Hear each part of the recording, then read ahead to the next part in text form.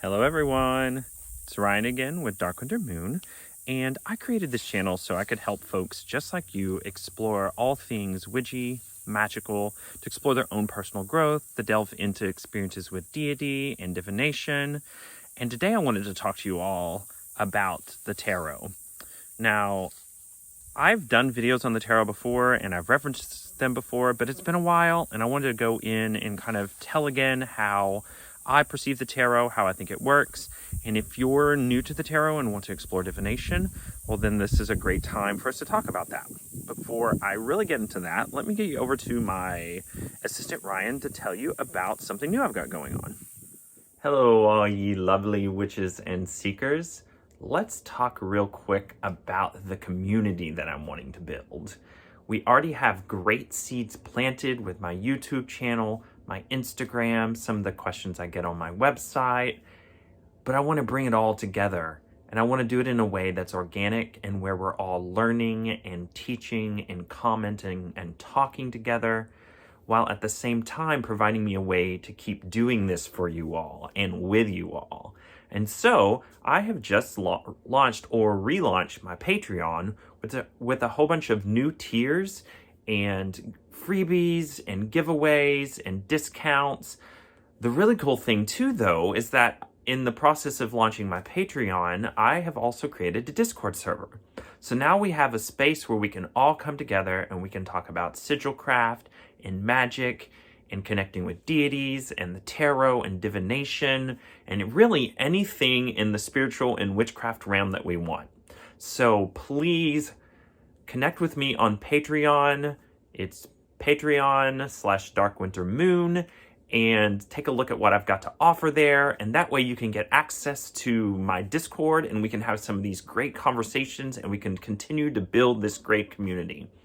So again, thank you all so much for your support. I'm excited to see where this goes and how we grow together.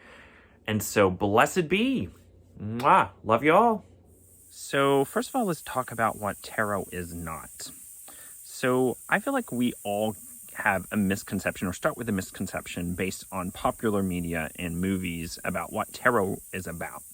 A lot of people think it's telling the future, that you're going to throw down that death card and that's going to be, oh my God, I'm going to die tomorrow. And that's just really not how it is. It's not so much about predicting the future as it is about sorting out what's going on in your life right now and looking at what is influencing you presently and from the past, and also how that could play out for you in the future.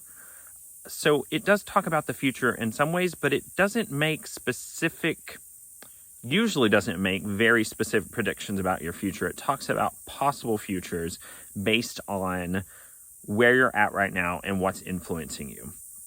So let's talk about possible futures for just a second. So what do I mean by that? So I think that my personal experience has shown me that the future isn't set in stone. We still have choice to change the future and to step into multiple possibilities for how the future can unfold. And the tarot usually talks about the most likely outcome. So let's say, a simple example of this, in some ways it's kind of the mini worlds theory. So it's you come to a crossroads and it's, do I go left or do I go right? Left dictates a certain chain of events that's going to lead to a certain future, and right dictates another chain of events that's going to lead to another and different future. And that's a very simplistic way to describe what I think is going on with the tarot. So the tarot is talking about your most likely future or futures when it is helping you decide what to do next and how to sort out what's going on in your life currently. So let's say that you want to get into the tarot, that you've never really experienced it or played with it, or maybe you've had one reading here or there from a friend or professionally, but you want to start reading on your own. How do you get started? Well, let me tell you a little bit about how I got started. So as many of you probably already know, I started studying witchcraft in around 1999. I'm dating myself a little bit there. And not long after that, I bought my first tarot deck. It was one of those things where I was following my intuition. traditionally it is said that you should be gifted your first tarot deck by someone else, that it should be given to you. But that never really resonated with me.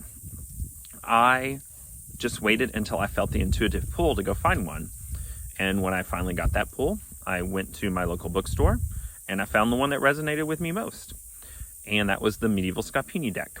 And it came with this little paper book that had descriptions of the cards. And I just slowly started doing readings and teaching myself the cards as I went.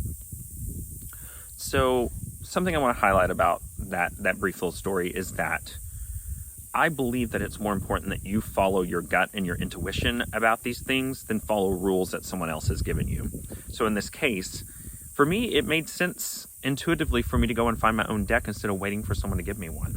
And if that's you, then please, by all means, go find your deck. Or if you feel that you should wait for someone to give it to you, that's okay too. A tarot deck may just drop in your lap. If a deck falls in your lap and it really resonates with you, then that's a beautiful thing. Just go with it. And so kind of back to my story and my evolution in tarot. So over the years after I got that first deck, I slowly started collecting more. Some of them really resonated with me and I still have them. And others, I was just kind of an intermediary to pass them on to other people. So you can have multiple decks as well. And I think in some ways that's good because you get to see many different versions of the same cards. And that helps build your own intuitive understanding of the cards. So probably the next significant event in my tarot history that came along is I'd been reading the cards for probably 10 years. And my best friend, who has been with me through most of my journey in the craft, finally said to me one day, "Why are you using the book? You don't need the book anymore. You've been doing this long enough." And I guess her saying that gave me permission to abandon the book. And then I started doing readings without the book. And when I did that, my intuition activated in ways that I couldn't have even imagined. I didn't even realize that using the book was holding me back. And so I think that is another lesson that I can give to you about the tarot, is that there's a point where you may want to take off the training wheels. And you may want to start that way earlier than I did, where you maybe do a few readings with the books and then with the book and then a few readings without it to try to start developing your own intuitive understanding. And when you stop using the book, you also free yourself to start seeing connections among the cards and seeing how they're laid out instead of reading them individually as one card here with its own meaning that's separate from everything else, and then this other card over here with its own meaning that's separate from everything else. I think that the starting to wean yourself off the book after a certain amount of time is a really good way to develop your own innate intuition. Because I think everyone has this gift, everyone has this ability. It just takes practice and it takes openness and development. So we've already kind of established that the tarot works on looking at possible futures and that you can develop your own intuition by weaning yourself off the books that come with the deck, and that you can trust your own intuition to find your deck. So how do I think and feel the tarot actually works? Well, there's this theory of morphic resonance that was developed by a biologist, Rupert Sheldrake. And he talks about it in the biological context, about the morphic field and morphic resonance. Essentially what it says is that things that are alike resonate with one another and convey information to one another through the morphic field. And there's lots of evidence to support this. If you want to study that effect more, I recommend the book The Science Delusion or Science Set Free, depending on if you're on which side of the pond you're on, if you're in Europe or the Americas, by Rupert Sheldrake, Sheldrake. Fascinating book, very compelling. So how does this apply to tarot? So the tarot has been around for centuries. We don't even really know fully where it came from or how it developed, but we do know it's been around a long time. And so I believe the tarot works through the morphic field of all other tarot decks, all other tarot readers, all of the other tarot readings that have been done since its inception. And that informs us as we read now and here. And that we're pulling on all that energy and that knowledge and that power and our own innate gift of intuition in a harmony with the person we're reading for, all of it kind of coming together in this sort of symphony of energy that allows us to draw out clues and intuitions and wisdom about that person and what's going on in their life and why and what it will mean for their future. So to kind of put that all in a more concise way, I believe the tarot works through the power of morphic resonance, connecting us to all decks and readers before us, connecting reader and person being read for together in an energetic and intuitive synthesis that helps us see clearly about what's going on in their lives. So how can you develop this skill? Find your deck. Trust your gut, your heart, your intuition to lead you to your deck or to bring it to you. And then try to get a book with your tarot deck, or try to find a deck that has a book and just start practicing.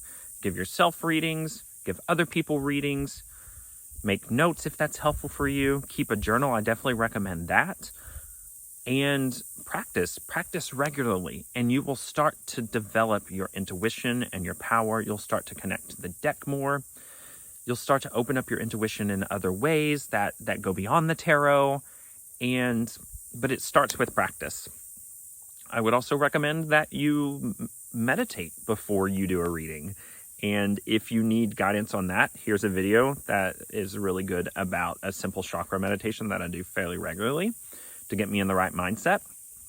Try that out. Meditate and practice. Those are the best things that you can do to develop your own tarot skills and your own intuition. And if you would like my guidance on anything that's going on in your life, I would love to do a tarot reading for you. I would also love to have a discussion with you about your journey in the tarot. So it's linked below. Please book with me and we can talk about it.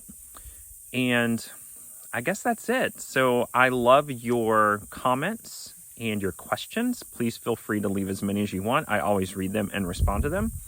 I, as always, appreciate your support and your likes and your subscribes. I've linked some other information below if you want to connect to me in different ways on Instagram, through Patreon. It's all there. And as always, blessed be and have a wonderful, beautiful, lovely weekend. Mwah.